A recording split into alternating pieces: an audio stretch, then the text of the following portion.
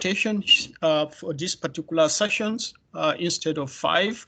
And so at the risk of repeating myself, we have already informed presenters that we will stick to the normal time, which is 20 minutes for presentation, and then we will have 10 minutes Q&A session.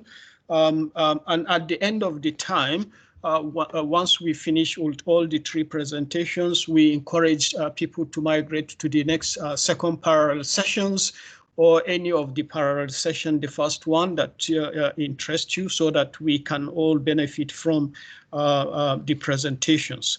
So once again, thank you very much. And so in this first presentation by Taufik Rahman, we will have, he is going to present us with a recovery model for supply chain in the event of COVID-19 pandemic. Thank you very much, Taufik. The floor is yours. You can start now. I'm sharing my screen. Thank you so much. Can you see my screen? Yes, yes. Okay. Yes. And if I might suggest that we unmute our mic and our, videos to ensure that we have good bandwidth. Thank you. Thank you so much. Good afternoon, Chair, members of conference scientific committee, members of conference organizing committee, and distinguished researchers. Welcome to my presentation. I am Taufik Rahman, doing PhD in management in the University of Technology, Sydney. My research article title is Recovery Model for Supply Chains in the Event of the COVID-19 Pandemic.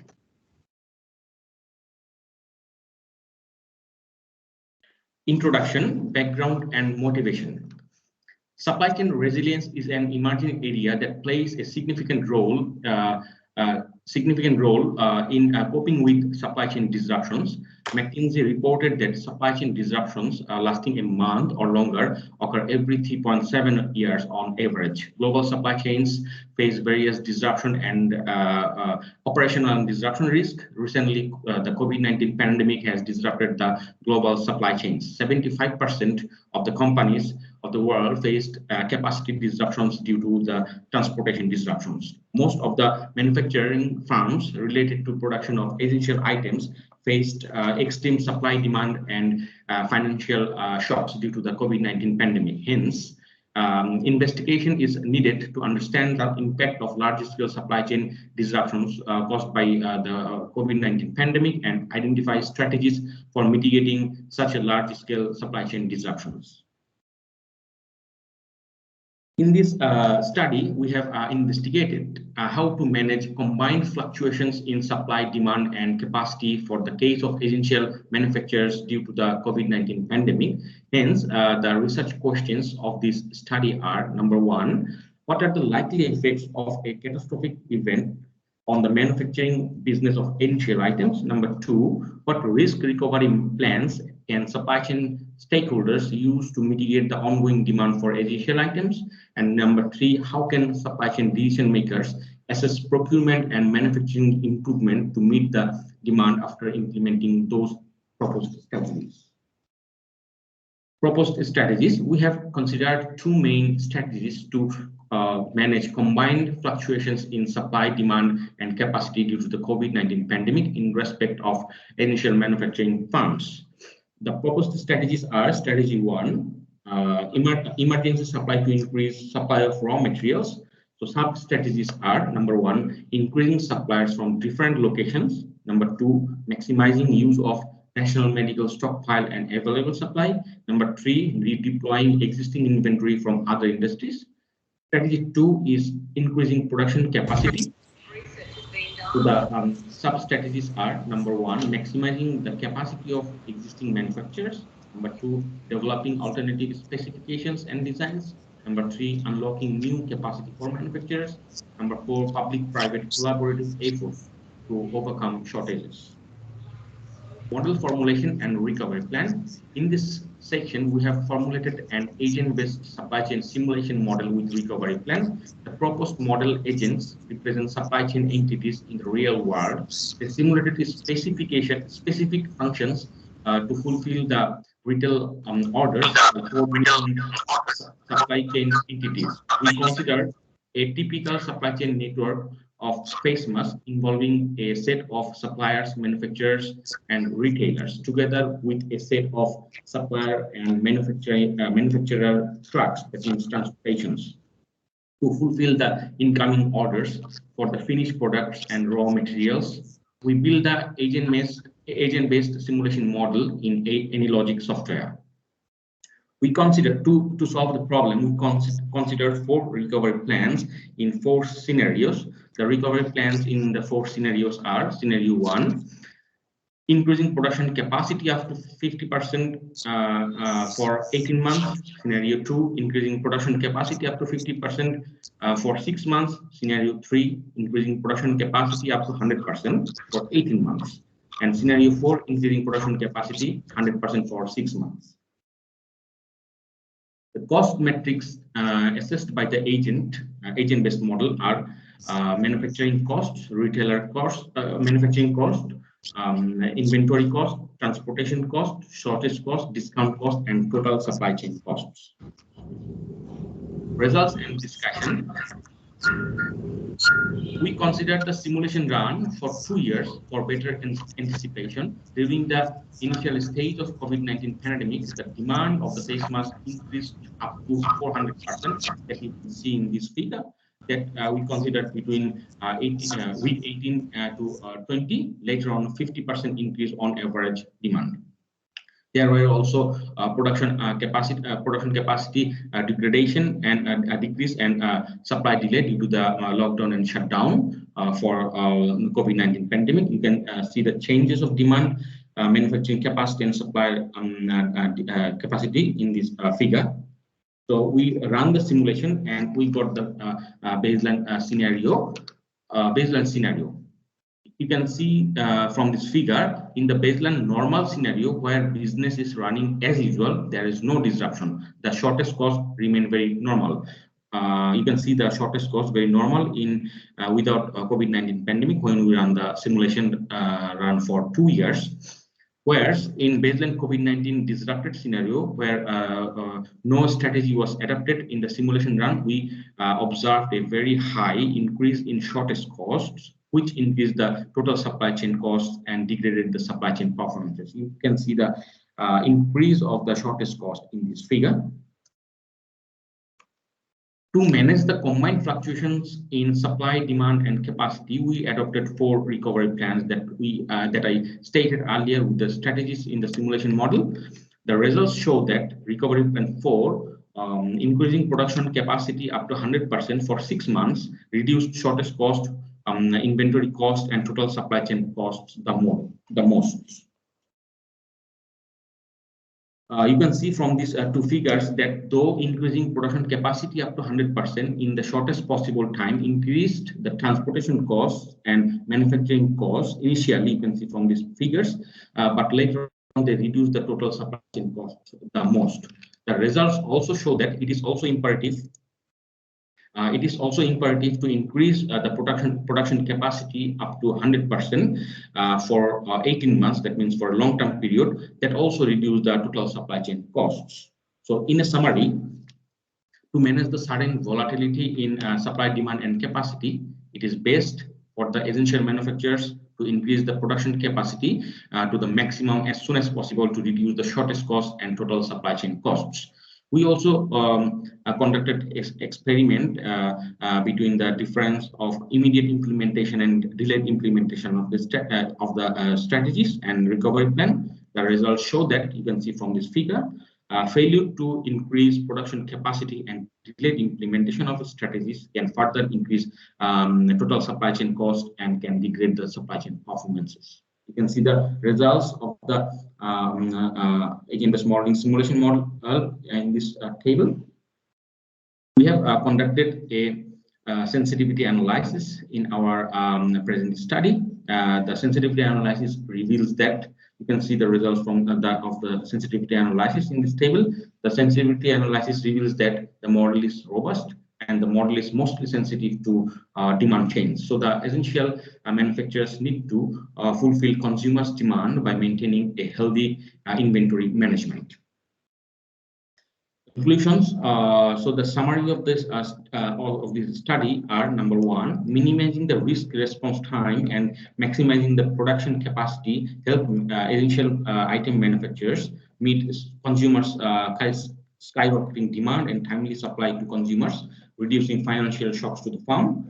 And number two, delayed implementation of the proposed recovery strategies could lead to supply, demand, and financial shocks for essential item manufacturers. So future research direction. This study has identified some future research avenue. The future research avenues are: number one, to manage COVID-19 pandemic-related large-scale supply chain post-disruption instabilities and sustainability. And number two, extending the previous model to create a simulation and optimization model based on agent-based modeling method. Number three, developing an agent-based modeling method to address post-COVID-19 instabilities in supply chains and sustainability. And number four, conducting an optimization experiment within the simulation model to optimize a number of parameters so as to achieve the best solution for managing post-disruption instabilities and sustainability.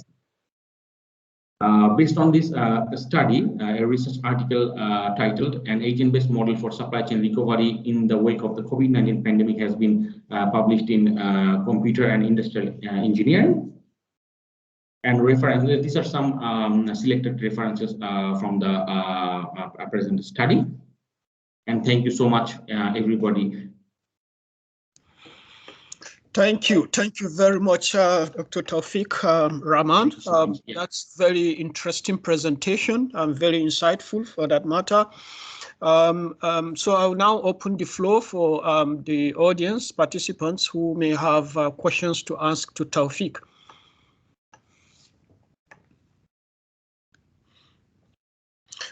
There is one from Ahmed here. He says, assuming that most companies work to utilize production capacity to the most profitable, what do you think will be some of the necessary steps or method that can be used to increase production capacity? Yeah, he has posed a very good question.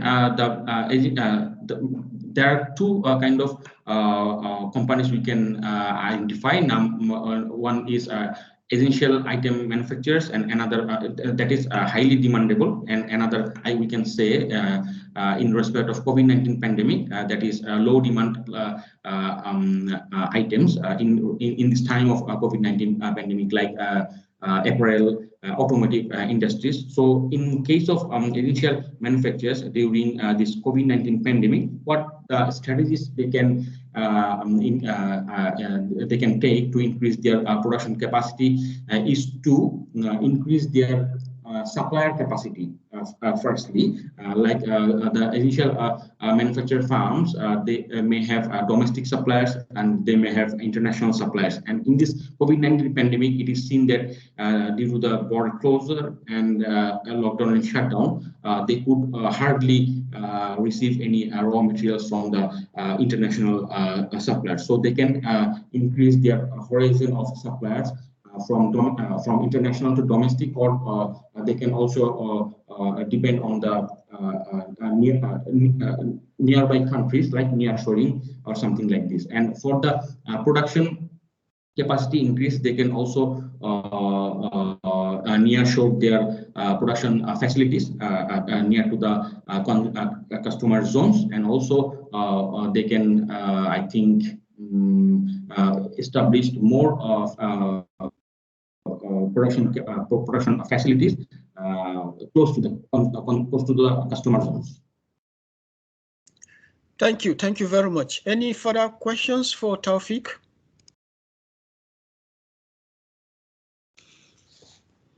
Question from the audience, because he did very great within time. We still have sufficient time.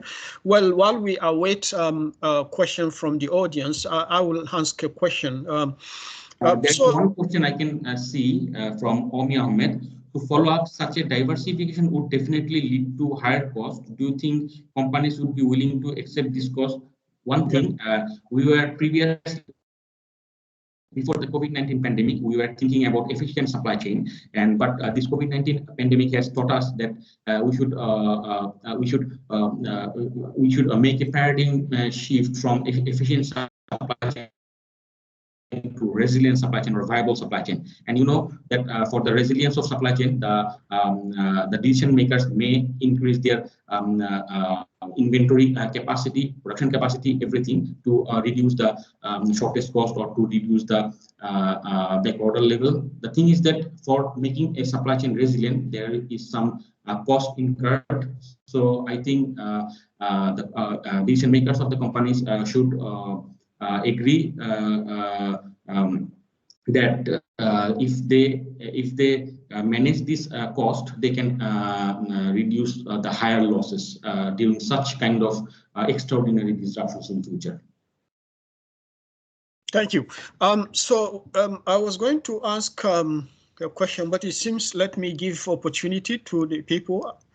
Amu is still trying to say something, but you talked about extra supply capacity. I was just wondering, are you referring to having significant redundancy in the system in terms of the extra capacity, and that your increased production capacity by 50% or 100%, you did mention something like 6 months and so on. As we know, this pandemic has been here for 2 years. Yeah. So your 6 months or even a year would probably have not had any significant effect or any effect, if you like. So how do you respond to that? Yeah, in our study, you can notice that we investigated the initial stage of the COVID-19 pandemic, like in 2020 when the pandemic emerged. There was huge increase of like face masks or essential items, like it increased 400%. We just investigated those in that scenario that if I increase the production capacity for 6 months or 18 months, it means that we actually investigated the initial disruptions that happened in COVID-19 pandemic. But in our future research direction, we indicated that the more research on simultaneous and multiple disruptions on COVID, on the supply chain entities should be researched. That's why we postulated 6 months or 18 months, because it was the initial disruptions like the sudden volatility in supply, demand, and capacity. Thank you. Thank you. The other thing, I think I will have additional question here in reference to the safety stock, which will be likely a solution. The cost will likely be passed down to the consumers. Should governing bodies get involved in the regulatory process, I think, to ensure that this is not, the consumers are not exploited by companies and manufacturers? How do you feel this will affect the companies? In this respect, I think the public-private collaboration is a great solution, because if for the safety stock, the price of the products is very much high, then the consumers will be unable to buy. So public-private collaboration, that means investment from the government to the companies, is a great solution to reduce the price, I think. Okay, okay, thank you also very much, Amun. Very good, questions from you there. And one last thing I would like to ask you, Taufik, is that all of this is based on the assumption that it is possible to, for example, you talk about redeploying inventory from other industries. you know, the pandemic, as we know, simply shut down the entire system. If every nations, the regulatory protective instructions or policies that were putting down is that nothing moves, okay? No transportation and so on and so forth from one place to the other. So how do you go about, for example, you know, redeploying inventory from one other part of the other? Just in the current Omicron, this is already, you know, causing nations to shut down their borders again and preventing movements. So even locally, people are not able to move from point A to B, and that was the major issue. It's not about production capacity and so on and so forth. So I'm just wondering what you have to say about this.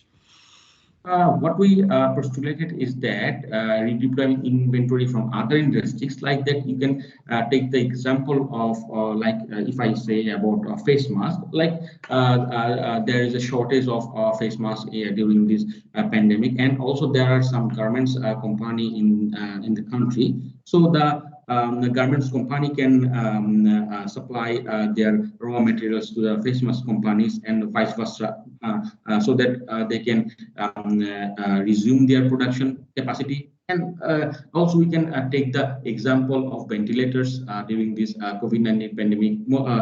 You know that the automotive industry has been low demandable during this pandemic. So like the Ford company, they repurposed their production line, and they started to produce ventilator valves to increase the production of ventilators during this COVID-19 pandemic. So collaboration, I think collaboration and repurposing of the business strategy is should be dynamic to sustain in such extraordinary disruptions in future or in near future. Thank you very much. I can see that Dr. Pryor Batra has his hands raised. Yes, please, Pryor. Thank you, Mahmoud, and thank you, Taufik, for your excellent presentation. I have a quick questions around your strategies that you suggested for recoveries from this pandemic, especially for the essential items.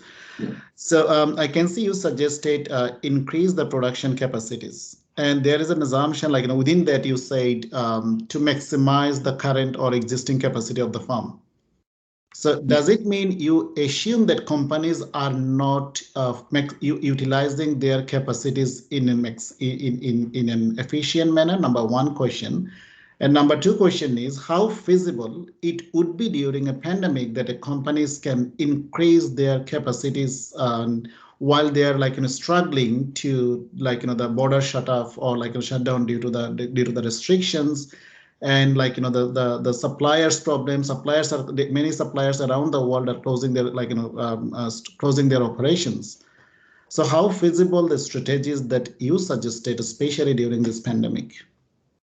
Number one, the thing is that utilizing the existing capacity, I assume that essential manufacturers may have several items they produce. Like if I say about garments factories, they produce several items, apparel items,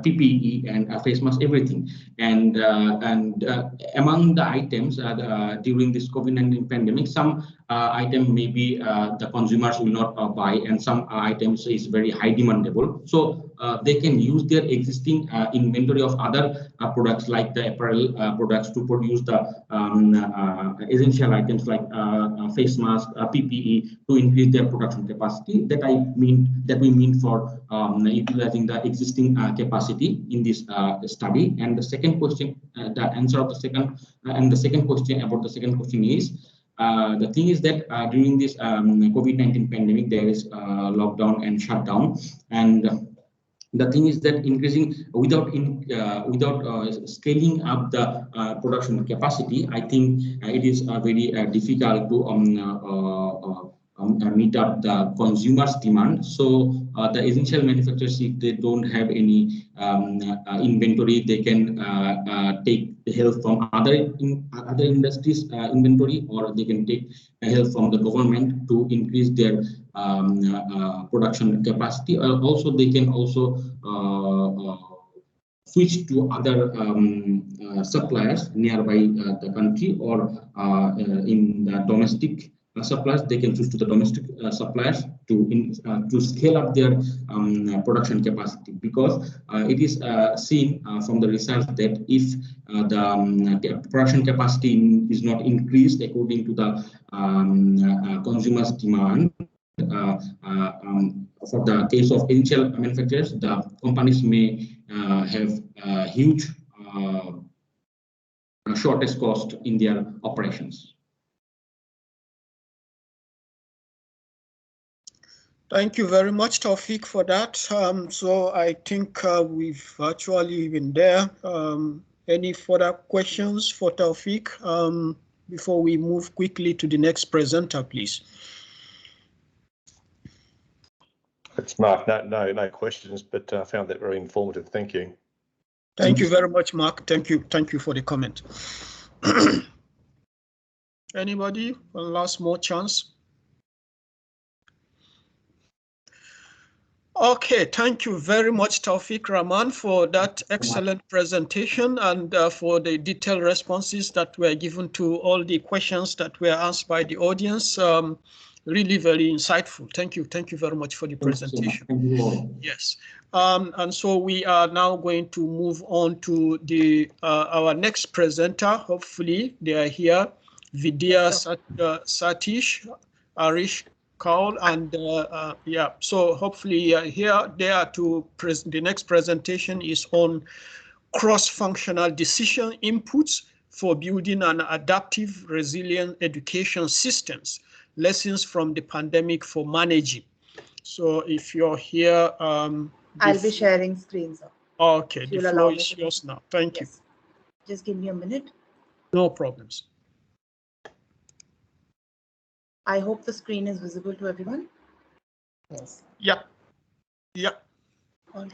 Should Good be morning, everyone. Full screen mode. Yes, please. Is that all right, sir? Yeah, that's right. Excellent. Okay. Yeah. Good morning from India, and I think it's good afternoon in Australia. I am Dr. Vidya Satish, and along with Dr. Arshia Kaul and Ms. Vasundhara Kaul, we are presenting this conceptual paper on cross-functional decision inputs for building an adaptive, resilient education system, lessons from the pandemic for managing disruption and change. Just to bring in the context that we all are aware of the COVID-19 and the pandemic and that impact it had worldwide. We all know that governments of various countries announced lockdowns to curb the spread of the virus, and of all the industries that were affected by this lockdown, education sector was also greatly affected. Schools and other educational institutions were closed in so many countries, and the educators had to employ multiple methods to ensure that the teaching learning processes continue.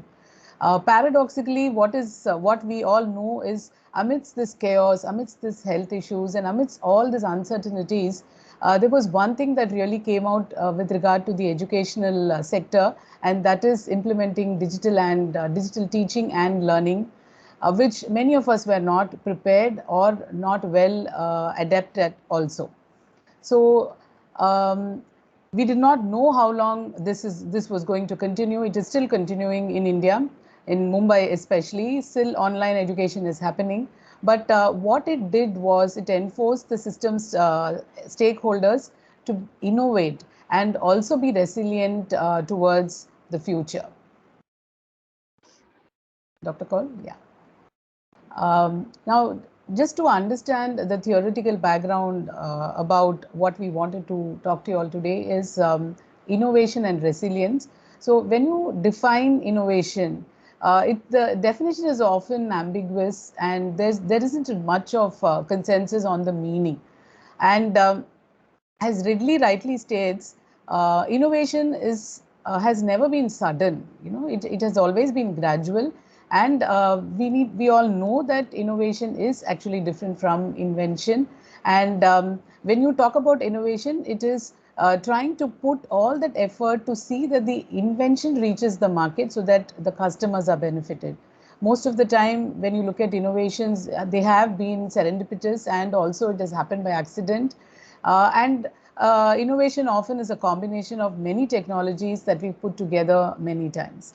In our Indian context, if you see, the word that we use here is for this kind of an innovation is Jugaad innovation, where the stakeholders of a system actually try to generate effective solutions by overcoming harsh conditions of limited resources. We may not have much resources, but we will have to continue the show, and we will have to do something so innovations happen to a great manner in this context.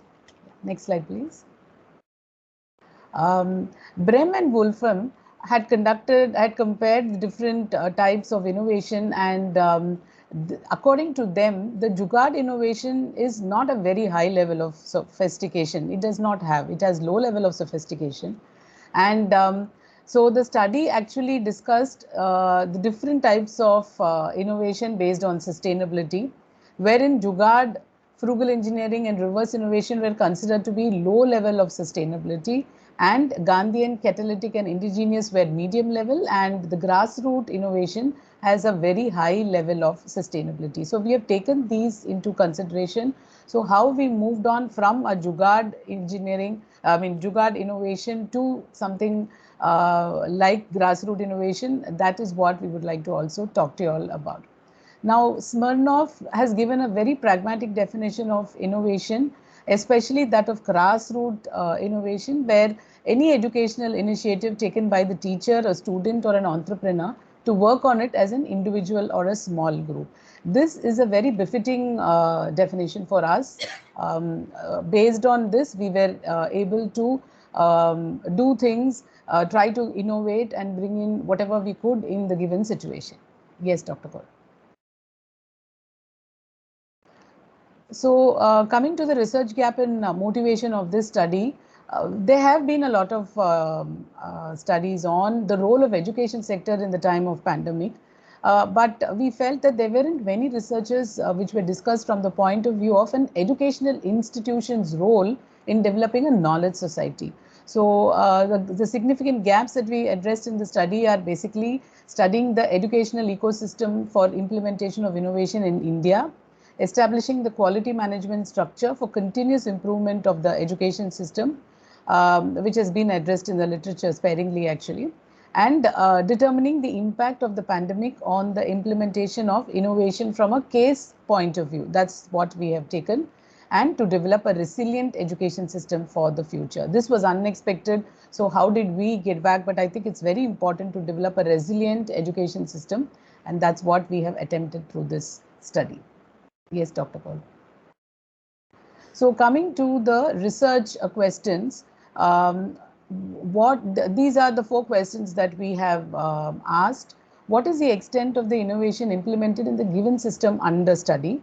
And what is the type of innovation that was implemented?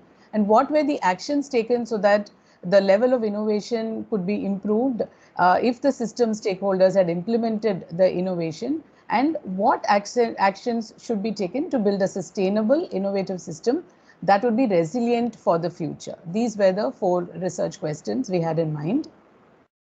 Yes, Dr. Kaur. And we followed the case study method, where case institution analysis happened. SIS Institute of Comprehensive Education is a 41-year-old institute training early childhood teacher educators, counselors and special educators in Mumbai, India.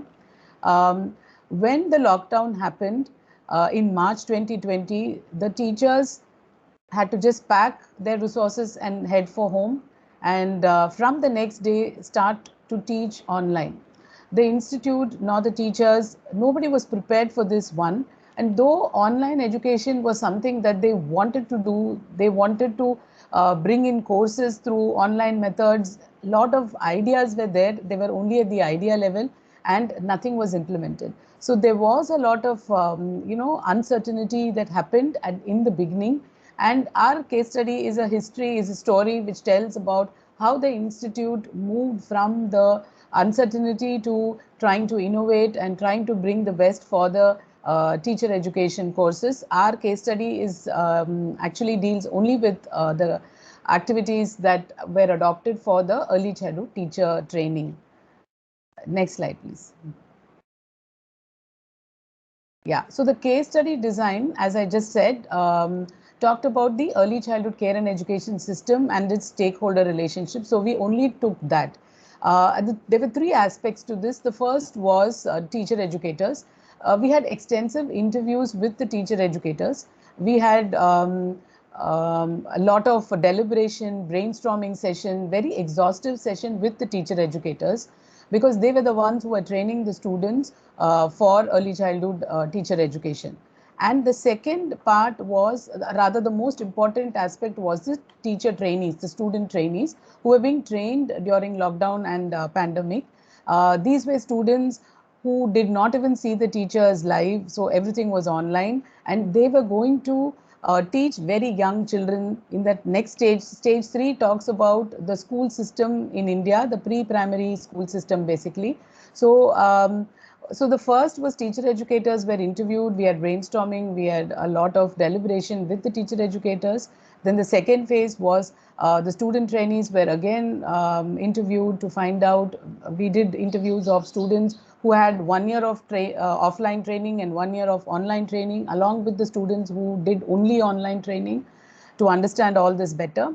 And after their course, they anyway took up gainful employment in pre-primary schools. So the heads of the schools, who were the future employers, were also interviewed, and we tried to understand the impact of this online teaching on the students who have become teachers in the pre-primary schools.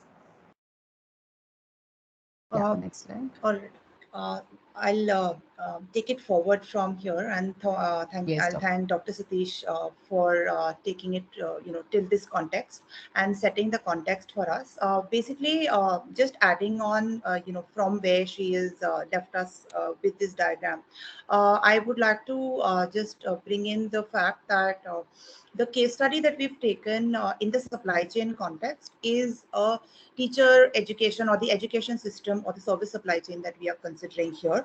And that is how we fit into the situation where the education system is considered like a supply chain, where teachers on one end are the suppliers of the teaching, and student trainees and the final students are the customers. So that is the context that we have tried to bring in.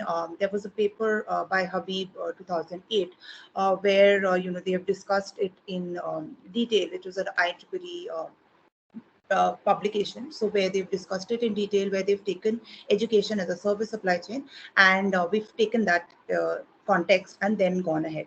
So what I am planning to do further is how we actually went about going ahead with the case study, how we've collected the data, what all the discussions were, what brainstorming sessions we did, and what eventually we plan to do in the future. We have done like a marriage between the education sector and the supply chain sector. So here we have brought in the concept of quality, because we're trying to improve the quality of the education system.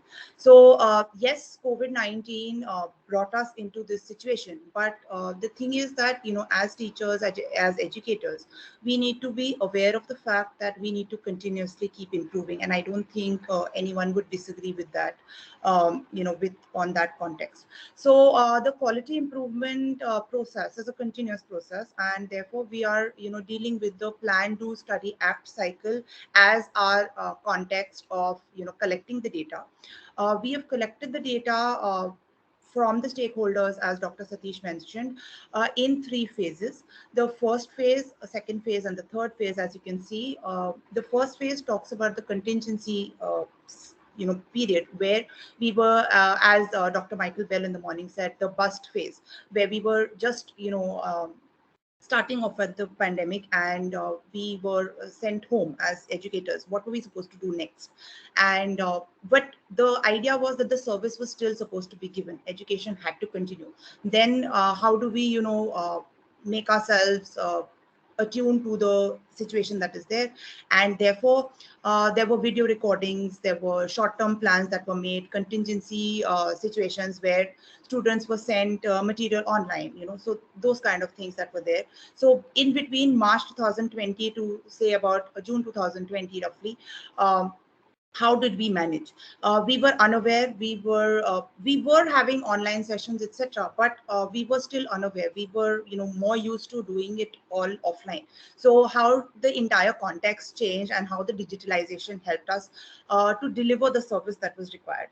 Then we came to the phase which was phase 2, which was starting of the new academic session. So phase 1 left us with that. Okay, we were able to kind of do something for our customers, that is our students, but in phase 2 we had to maybe start off with new customers, new students coming into the system. So how does the admission take place? How do the new curriculum be brought in? Doing it in a contingency plan situation was different, and doing it like a jugaad was different.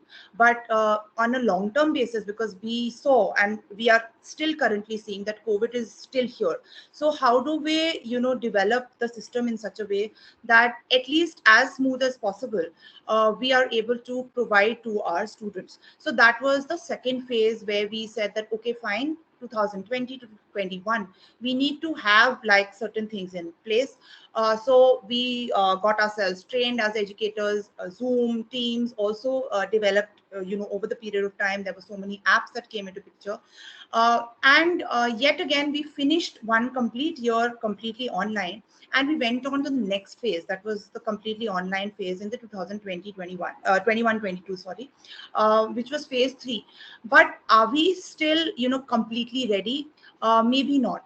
Okay, so we are still developing, and as I said, we are continuously trying to improve the quality of the system, and that is what the aim of the case study was. That we are trying to encourage that yes, changes will happen, disruptions will happen, but can we just stay put? Maybe not. We've seen that we can't, right? Whether it's a supply chain manufacturing scenario, whether it is a service sector, we have to keep going on, and that is what we propose in our conceptual model from the study. So quickly just giving you a summary of how we collected the data.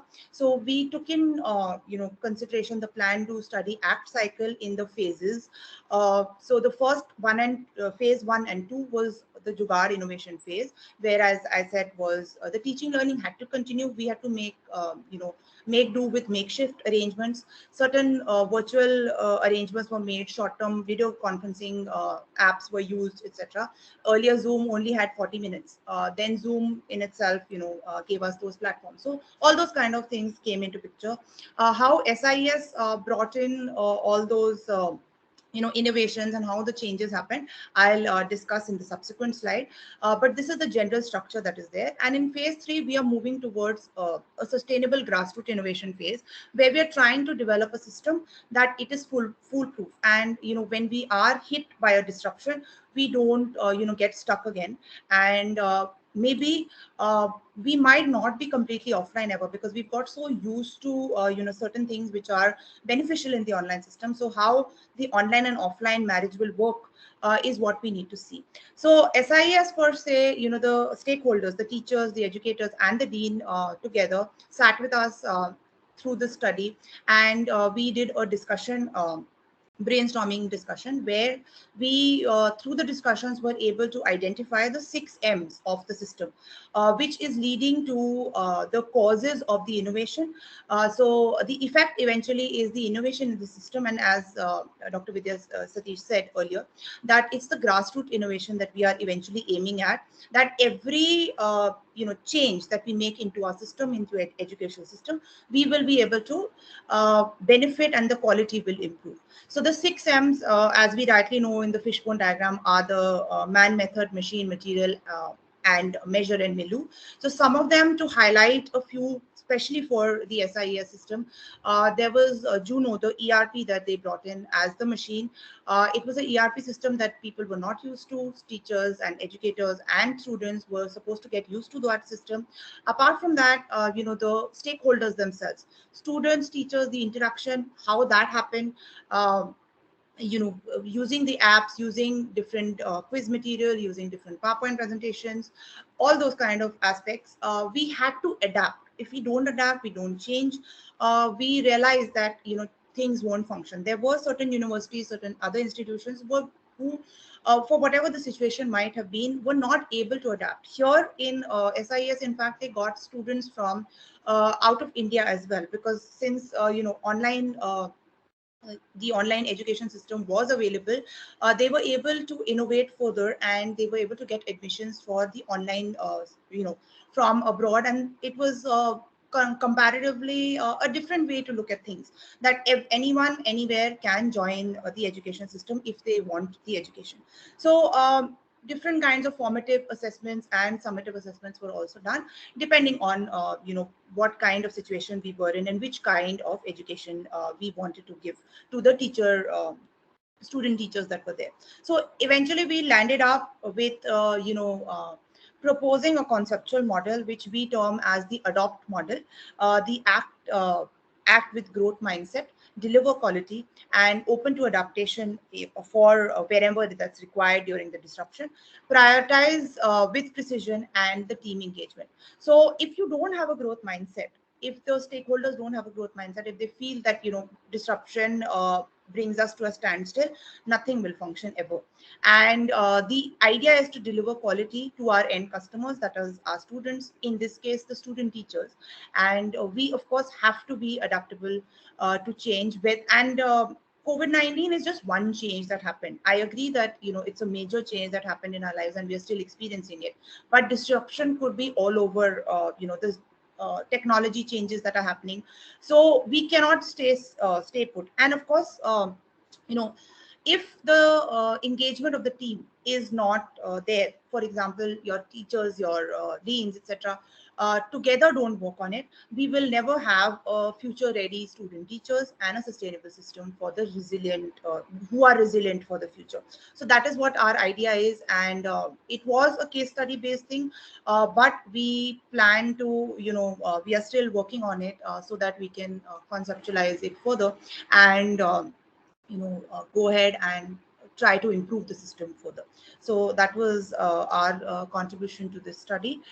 Some of the references that we have used, and they are not obviously all of them, but some of them we used during the presentation, and we would be happy to answer any questions. Dr. Satish and I are both here, so anyone who would like to ask us some questions, we would be happy to answer. Excellent. This is what we refer to as just in time. You've exhibited an excellent presentation, just right on time, 20 minutes. Very good. Thank you very much, Dr. Vidya and Dr. Ashia, for your excellent presentation and the insight. The next thing to do now is to try to see if we do have comments from others. Okay, so we have Amir here who is asking, this is a long one. He says, Dr. Kaul, I have two questions. Developing countries will always lack resources, that is internet, computers, etc., in poorer rural areas. With this underprivileged student population being such a large majority, what are some of the alternative options that can be provided to them? That's one aspect. The second question is, one of the issues I'm seeing in my home country is the large backlog of students waiting to graduate and ultimately hit the job market. With the job and the university market already so saturated and competitive, what will be some of the options to deal with this, sudden influx? I think. Any one of you would like to go? I think I'll hand over the mic to Dr. Satish first. And I can take the first question. Actually, our student profile, when you look at it, we have students from the largely from the lower economic background. So we have a few from the middle income group and very few only from the higher income group. So this question is actually, we have seen this happening, and most of our students did not even have a computer or a laptop or any facility. Now, how did this whole thing happen was by using a smartphone. So whatever that we have learned, we saw to it, even the ERP Juno, which Dr. Cole said, that was also devised in a manner, right from taking exam, it was devised so that they could take the exam from the mobile phone. So the mobile phone option, the smartphone option was something that, and somehow luckily we have been, the government of India also, we should say, has been doing a lot to see that we are connected well, and a smartphone was enough in most of the cases. And of course, we are from an urban setup, so urban background also. So despite the fact that our students did not have computer, they connected well with what do you say, with the smartphone. And in our country, we've also had incidences where there was mass, used mass media, and the children were taught. So we have a lot of exemplary examples that way, which showed that where there is a will, there definitely is a way, and teachers did go the extra mile to establish contact with the students and do it. So smartphone is one thing which was possible, or using the mass media. All our digital ports have become very good, portals, sorry, have become very good in this time. So underprivileged student, they do have access to smartphones, so that's the way we can reach out to them. And the second? Yes, I'll try to address the second question, and possibly it overlaps with the first as well. So what we've suggested is adopt, right? I agree. We are, as ma'am also mentioned, that we are also in India considering it's a developing country itself. So I agree that those issues are there. It is not a perfect situation. We are continuously improving. That's one. And to answer the second one, where the influx of people who want jobs is, in fact, I was having a discussion with Dr. Satish that what next. So the one of the things is that I would say that we are reskilling ourselves. So one of the examples that from her students, etc., that she gave me was because the institute itself, she is part of the institute, was that yes, students maybe did not get jobs immediately, but they got jobs for example, making YouTube videos now, because now the situation was that we require different kind of material online. So the student teachers, in this case, who are the end users of the education system here, got different jobs. So I agree. See, it's not a perfect scenario, and whether it's any supply chain or any situation that we are in, it is not a perfect scenario. And especially because we are in the COVID scenario, there are obviously pluses and minuses. But one example that I could come directly, from what our discussions, which I had with Dr. Satish, was that this, reskilling and upskilling yourself to change for the future would be one of the options that is there. And the job market may be, saturated for one part of it, but there are other things that are coming up. So I guess we should be positive, and we look forward to the future for a better, adaptation to it. Just to add that we had the job profiles changed. In our case, since they were getting trained to become preschool teachers, which was probably a longer duration and all that, that didn't happen. So this schools wanted only videos, so they made videos. Schools wanted them to work only for a very limited time. So as Dr. Kaul said, that I think different upskilling options and trying to get a different skill set, which is probably what. So we even train students to make videos and video editing and all that. So I think upskilling is something very important, so that we are, if not, this is not a permanent solution, as Dr. Kaul said, but we can try doing something so that our skill sets get improved. Thank you both very much for your excellent insight. Actually, if I may just add to that, it might surprise some of you that it's not something that is peculiar to rural area.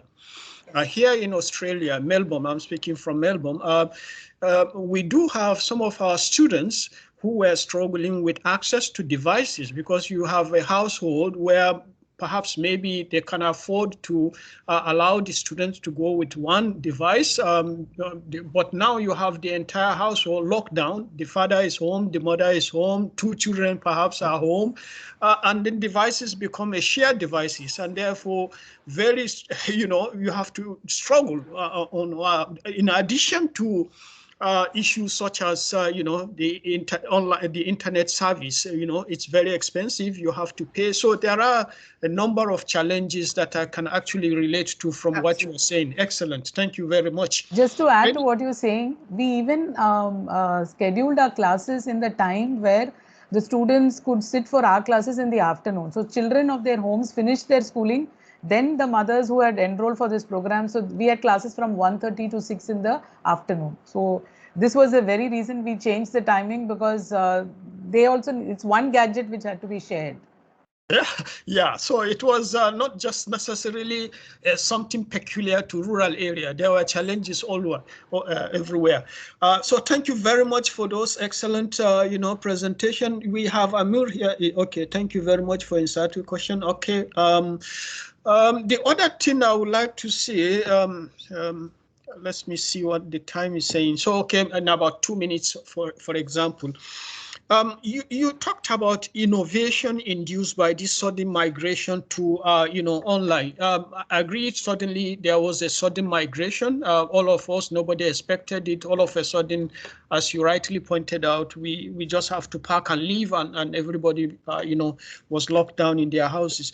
But what specific things, I'm struggling to understand what the aspect that you consider innovative in all of these.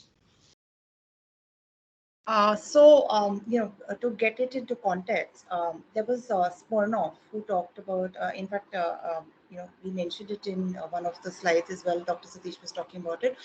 We talked about the pragmatic definition of Smirnoff, and what he talks about is that, any change, any small change can be considered, especially, and he talked about in the context of the educational system, particularly.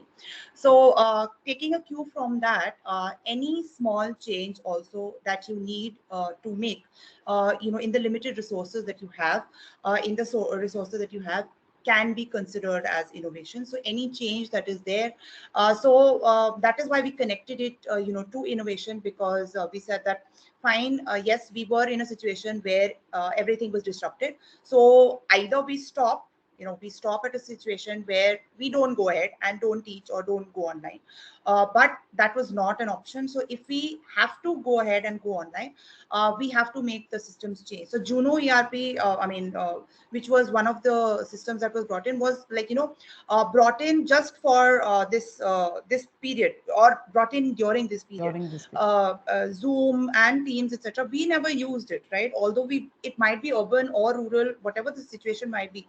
We have to accept the fact that we have been, as teachers, as educators, being used to the offline scenario more. So we were not comfortable with Teams. So even this can be considered as per what Smirnoff. So we connected it through theory that way. That is, if Dr. Satish would like to add something. Yeah, and what we really felt was, for an active student engagement, how is the teacher teaching and transacting the curriculum? And we realized that we had pre-recorded videos which we sent. So the students watched it at their convenience, and then we had a discussion in the class. It didn't take so much time. Also, we were able to finish things much, much faster.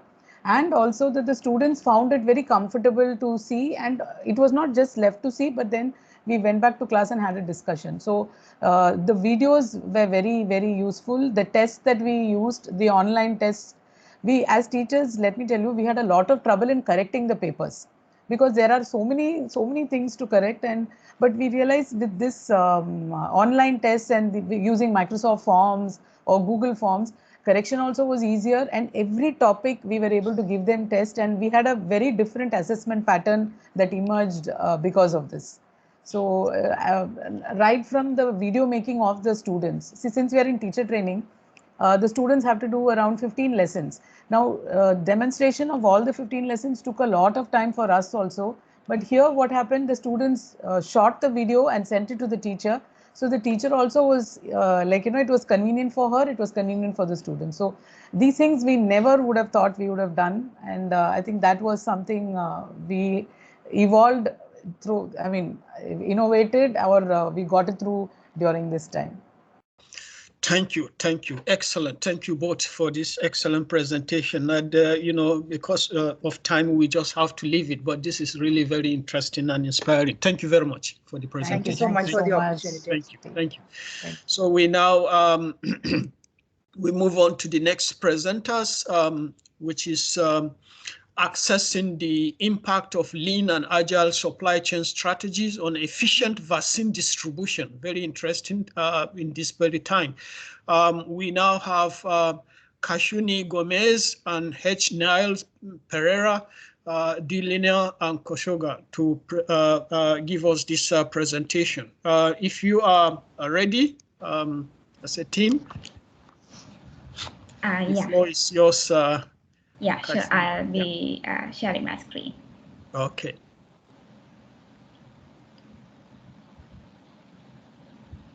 Hope you can see the screen and I'm audible. Perfectly. Yes. Okay. So hello everyone. I'm Kashuni Gomez and Dr. Nilas Pereira and Mr. Dilina Koskada has joined with me for this study. We are from the Department of Transport and Logistics Management in the Engineering Faculty of University of Molto in Sri Lanka. So our study is assessing the impact of lean and agile supply chain strategies on efficient COVID-19 vaccine distribution in Sri Lanka. This is the content of our presentation. So through the introduction, we'll be providing an overview to the COVID-19 situation, vaccine supply chain, and vaccine supply chain strategies, specifically in Sri Lanka. Then we'll be looking at the questions and the objectives of the study and the methodology and how we select the methodology, followed by the analysis and results. And then finally, we'll be providing a conclusion and future directions for further extensions. When we talk about COVID-19, we have provided some statistics as a snapshot of the current global situation. So more than 261 million total confirmed cases are there, resulted in more than 5.2 million deaths.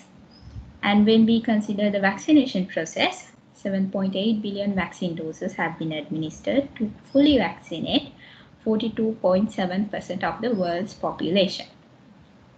This SARS-CoV-2 virus, which we identify as COVID-19, is quite strong in the aspects of its transmittability, where the community spread is quite high.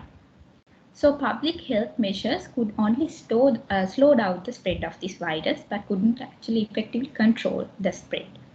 Therefore, we needed a more effective response, and mass vaccination was identified as such an effective response to control the spread of the virus. When we talk about mass vaccinations, vaccine supply chain is quite important. And here we have shown the general vaccine supply chain. And vaccine supply chain itself is quite complex. Why I say that is because vaccines need to be handled under very special conditions.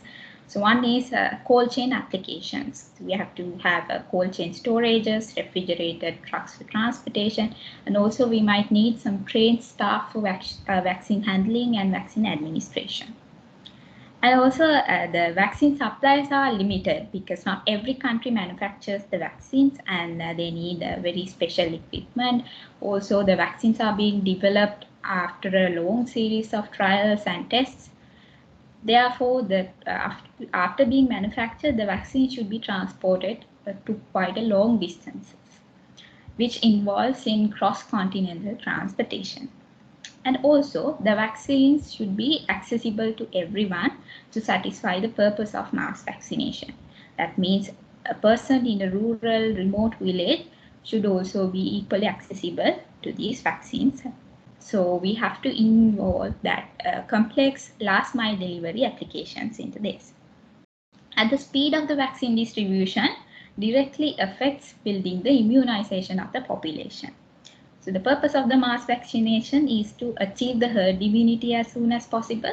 What I mean by herd immunity is the percentage of the population we have to have immunization or we have to vaccinate in order to control the spread of the virus in a specific country.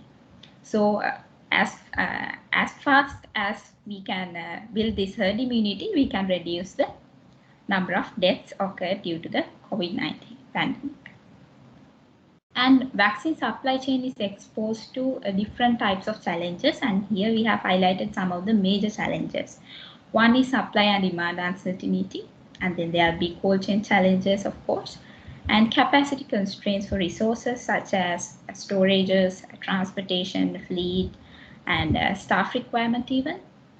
And just because this vaccination process is going parallelly, where with the virus being spread in the community, the disruptions in the supply chain can be expected. And also there will be technological barriers, for example, for advanced temperature control systems or advanced vaccine handling systems. And here in the image, we have shown some of the key elements of the vaccine supply chain. So as you can see, when we are moving towards the downstream of the supply chain, that is towards the last mile delivery, the challenges and the probability of bottlenecks will increase. So what we can understand from this is there exists the uncertainty throughout the supply chain, and it is inevitable. So what we can do about this uncertainty? We should actually effectively manage uncertainty. To effectively manage uncertainties, we have to design the supply chains in a resilient manner. So supply chain resilience is the capability of a supply chain to prepare for, to respond and to recover quickly from a disruption. So for this, supply chain strategy is a very crucial element, and the focus of our study is to identify suitable supply chain strategies to design a resilient supply chain so that we can face uncertainties effectively. So there are several supply chain strategies, but for this study, we have considered lean and agile supply chain strategies. When talking about lean strategy, it focuses on eliminating the non-value adding activities along the supply chain, giving special attention to reducing cost while increasing profits. On the other hand, the agile supply chain is a more responsive strategy that improves the flexibility and speed, and that has the ability to respond and react quickly and effectively to changing situations. Professor Hao Lee has identified this matrix, and he has shown the connectivity between the supply chain strategies and demand and supply uncertainty so that we can identify which strategy would be more suitable according to the supply and demand uncertainties. Now we'll be moving to the vaccine supply chain related to Sri Lanka. So when talking about Sri Lanka, mass vaccinations were started in February 2021, and by the end of August, more than 32 million vaccine doses have been administered. After vaccines being transported into the country from other manufacturing countries, the vaccines will be stored first in a central vaccine storage, and then they'll be transported to regional storages, which are 26 regional medical supply divisions, and then 4 divisional storages, which has 354 medical officer of health storages and 100 other hospitals. From there, the vaccines will be delivered to island-wide mass vaccination centers to distribute them to individuals. The special thing about the vaccine supply chain in Sri Lanka is that it is designed with a demand pull strategy and mainly focuses on cost minimization. These are the questions and the objectives of our study. So our study intends to identify the impact of agile and lean strategies on vaccine distribution in Sri Lanka. And also we try to identify what is the most suitable vaccine supply chain strategy that we can use for vaccine distribution in the face of disruptions by comparing the mentioned 2 supply chain strategies. To conduct the study, we actually assessed 3 basic methodologies based on the easiness of using data, practicality aspect, simplicity, and the ability to achieve our research goals. So from the three basic methods, the first method is developing a mathematical model or an algorithm to represent the behavior of the supply chain and giving a numerical example to illustrate the behavior in the face of disruptions.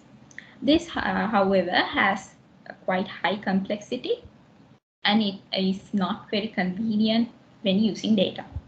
The other method is optimization problem coupled with simulation. So here we use optimization to find the optimal vaccine distribution under the two strategies. And then we conduct simulation experiments for several disruption scenarios.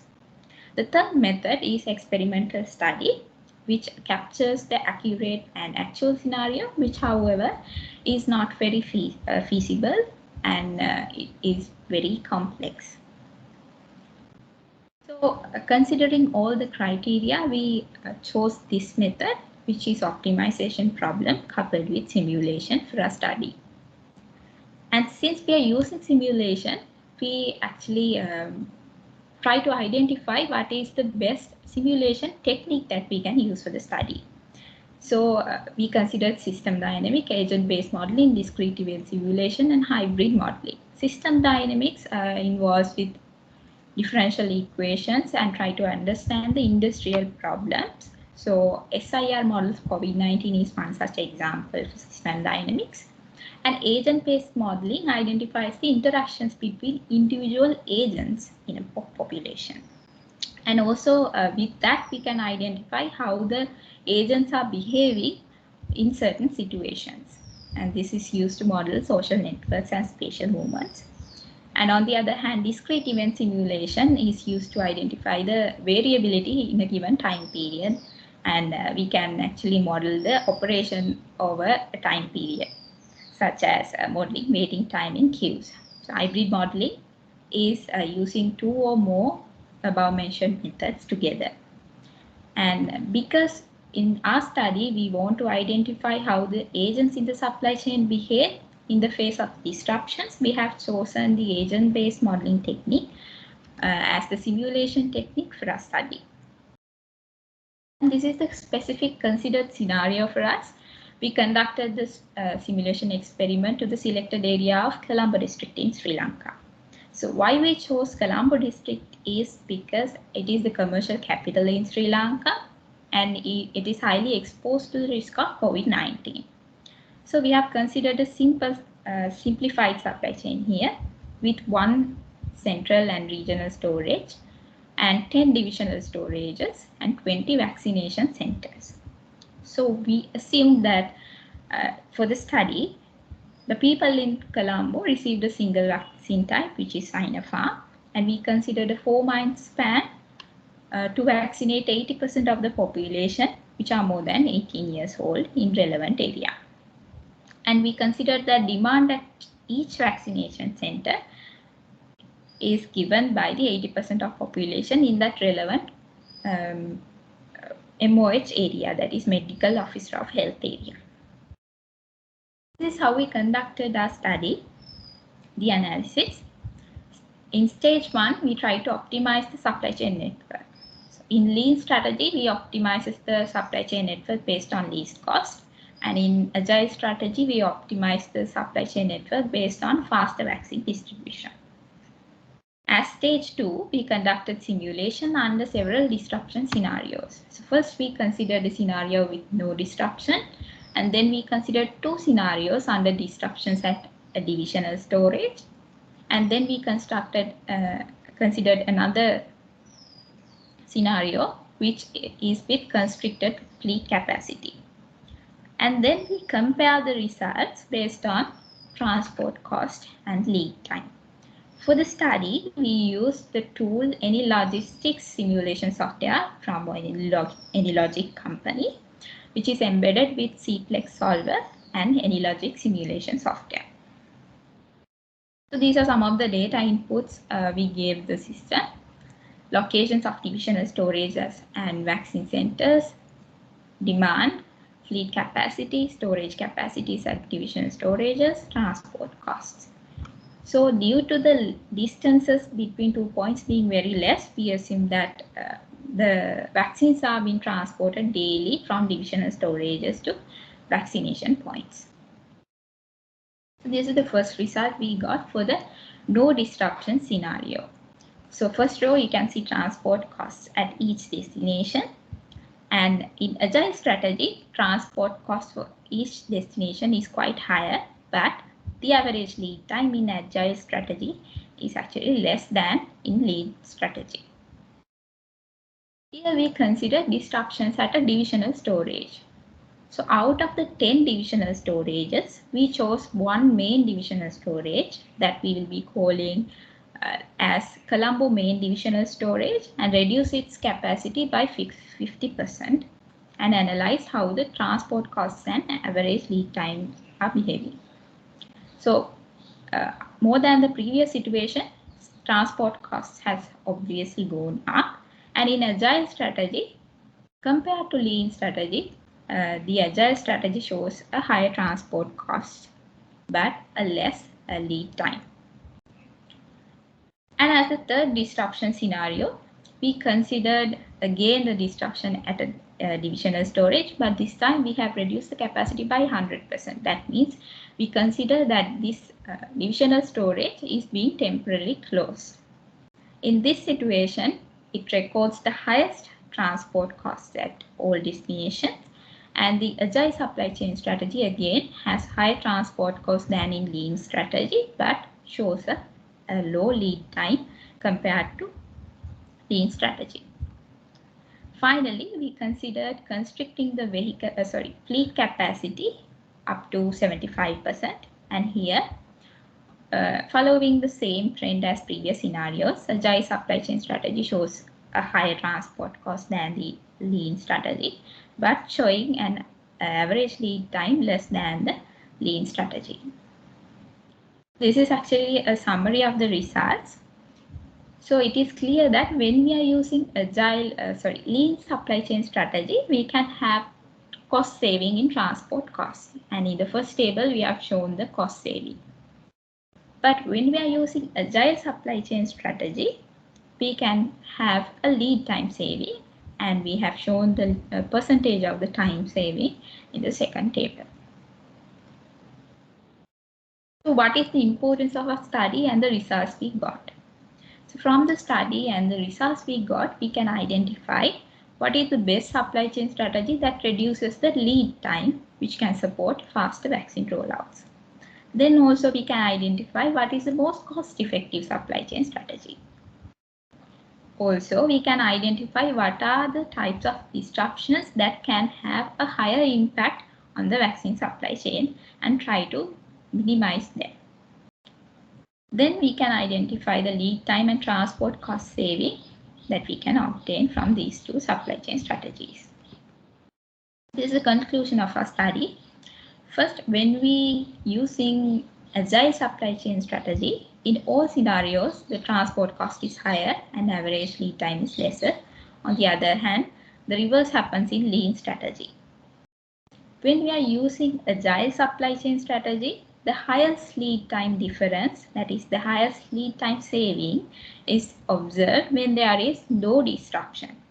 As you can see in the bottom box, when the supply chain is faced with disruptions, the time saving effect we can get from agile strategy also reduces. When we are using lean supply chain strategy, the highest transport cost saving is observed when the Colombo main divisional storage is temporarily closed.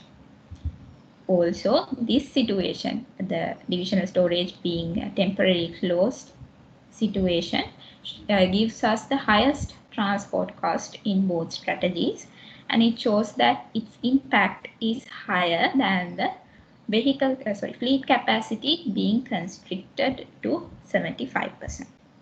So it shows that the disruptions at this main divisional storage is quite high in impact, and they should be focused to minimize. So there are some limitations in our study. we didn't actually consider the administration staff requirement as it complexes our study. And the complex inventory policies were not considered, which resulted in a constant storage cost for us. And to derive more meaningful conclusions from the study, the experiment should be generalized for the whole country. Also, for as future developments, we can design the experiment incorporating more parameters related to staff requirement and storage policies. And also, we can generalize the findings of the study into the local context. Also, we can further extend the results related to lead time to the SIR model in COVID-19 to find its true impact on COVID-19 infections and deaths. So that's all for our presentation. Thank you for listening. And I'll be happy to answer any questions that you have. And here we have shown some of the literature that we have used. Interesting. Thank you very much. Thank you very much for this insightful presentation, Kashuni. Opening this to the floor now. Anyone with questions? I'm not able to see any questions on the chat box for now. So is anybody having any questions? You could also unmute yourself and speak directly. Otherwise, you type in the chat box if you have any questions.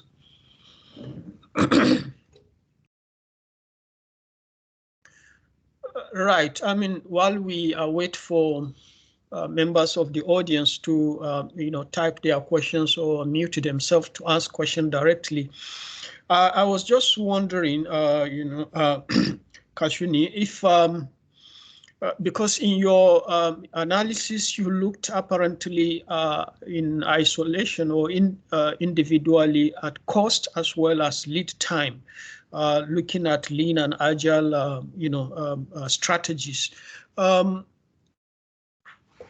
The optimal would have been to see whether or not there is a midpoint. Literature talk about lean agile strategy, where you have both agile and lean being combined. And in fact, most researchers argue that there is no individual company that uses purely lean and then purely agile. It's usually a combination. So where you could have both the cost, where we can combine the cost and lean together to see which one is the most optimal to use. Did you give this consideration while you are doing this study? Yes, at this stage, actually, we didn't consider the agile supply chain, but we are well aware that there would be agile supply chains which would be very beneficial in this vaccine distribution itself. Because, but however, as in this, if I speak about in Sri Lankan context, it is not actually mostly they are not going to combine the lean and agile supply chain strategies, because it's also a new thing, and vaccine distribution was not as much important as now, and supply chains haven't emerged in that stage yet. So we considered the two strategies separately. But as an extension of the study, as you correctly mentioned, we should have it can be considered the agile situation as well, which would be highly beneficial at a time of the vaccine distribution, specifically in a pandemic. Thank you. Thank you very much for that. So we still having, waiting for audience. If anyone has questions for Kashuni, please. So again, let me go in the absence of anyone from the audience asking something. I'll take the liberty to do that. I'm just wondering, maybe this is perhaps not within the scope of your study, but as we can see, the vaccine distribution is skewed towards the developed countries where they have large, supplies. We're having people now having what they call booster jabs where they have gone through the first, second, and they're having a third round, whereas you're having developing countries, specifically Africa, with about 4%, the entire continent of over 1 point something billion people.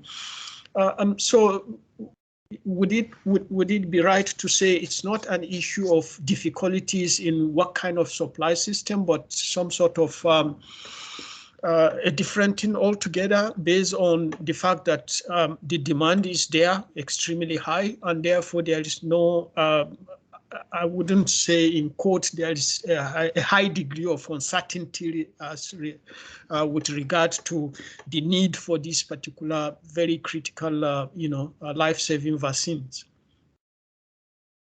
Yeah, sure. Actually, that is a concern with vaccine equity, the same accessibility for everyone. So actually, what we know is, compared to the developed countries, in developing countries, the vaccine distribution and the vaccine supply is not quite efficient. But when I speak in a supply chain perspective, the supply chain challenges exist similarly in developed countries also, as well as in developing countries. Because if we take a country like USA, they might have quite a high number of supplies of vaccines, but they have the same, I would say, in a low intensity, but they have kind of same challenges because they have higher distances to transport the vaccines, and they might need high temperature controlling systems, much more advanced equipment, and staff requirement, which is very critical in situations like pandemic and vaccine distribution. So they do have the challenges in a supply chain perspective. But as you correctly mentioned, yes, there is an issue with the equity as well, equity of the accessibility to vaccines as well. Thank you very much. I mean, I like your pushback or your response, but I will argue that what you've said with respect to US, we can say all things being equal, other countries have similar challenges, so we can put that at bottom line for everybody. So excellent. Thank you very much. Any questions? We still have, quite significant number of audience in this particular forum. So anybody with questions for, Kashuni before we let her go? Excellent. This is one of very, very interesting, studies, because this affects all of us. We need vaccines. Any questions? And so before I let you go, sorry, I have to continue. Before I let you go, what's the nature of uncertainty now within the distribution itself that you're actually focusing on?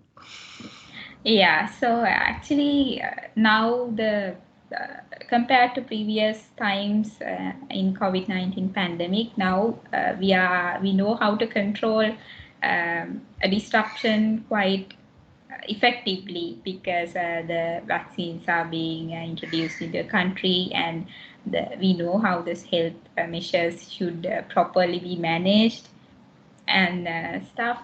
But still, there are uncertainties within the supply chain, because if we talk about wastages, and at every storage there can be wastage of vaccines, and the vaccine should be under temperature controlling. That is very important, and which is a very critical challenge in cold chain.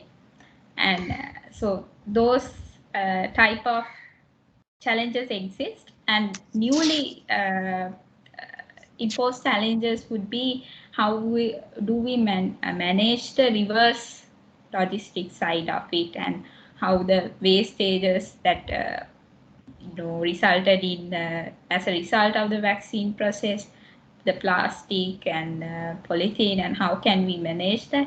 So now that has also become a challenge in the vaccine supply chain. And for the question that you asked about uncertainties, still there are uncertainties, but now we are capable in managing it better than previously. Yet we have to give focus into effectively managing uncertainties. Thank you very much. I think I will let you go now. Thank you very much for those excellent responses. And again, before we forget, I mean, just to remind you that because we had just 3 presentations in this particular forum, you are encouraged to please migrate to the second parallel section or the first one, depending on which one is appealing to you, so we can continue to listen. This is just for this forum. There is still about 2 or more presentations going on in the other parallel session. So please move to the next parallel session. And thank you all for attending this presentation, and for the presenters, wonderful, presentation, very, very insightful. Thank you all. And thank you so much, Professor. Thank you very much. Thank you very much, Asha. Thank you. See you in the next presentation. Thank you. Bye-bye. And yeah, Preo, how is it? Hi, Mohammed. Yeah, I think everything is fine. I have recorded the session, and thank you everyone for joining, and especially the presenters for their insightful presentations. Yeah, I think now we all should move to the other session, like either session 1 or session 2, as you said. Thank you very much. So see you there. Yeah.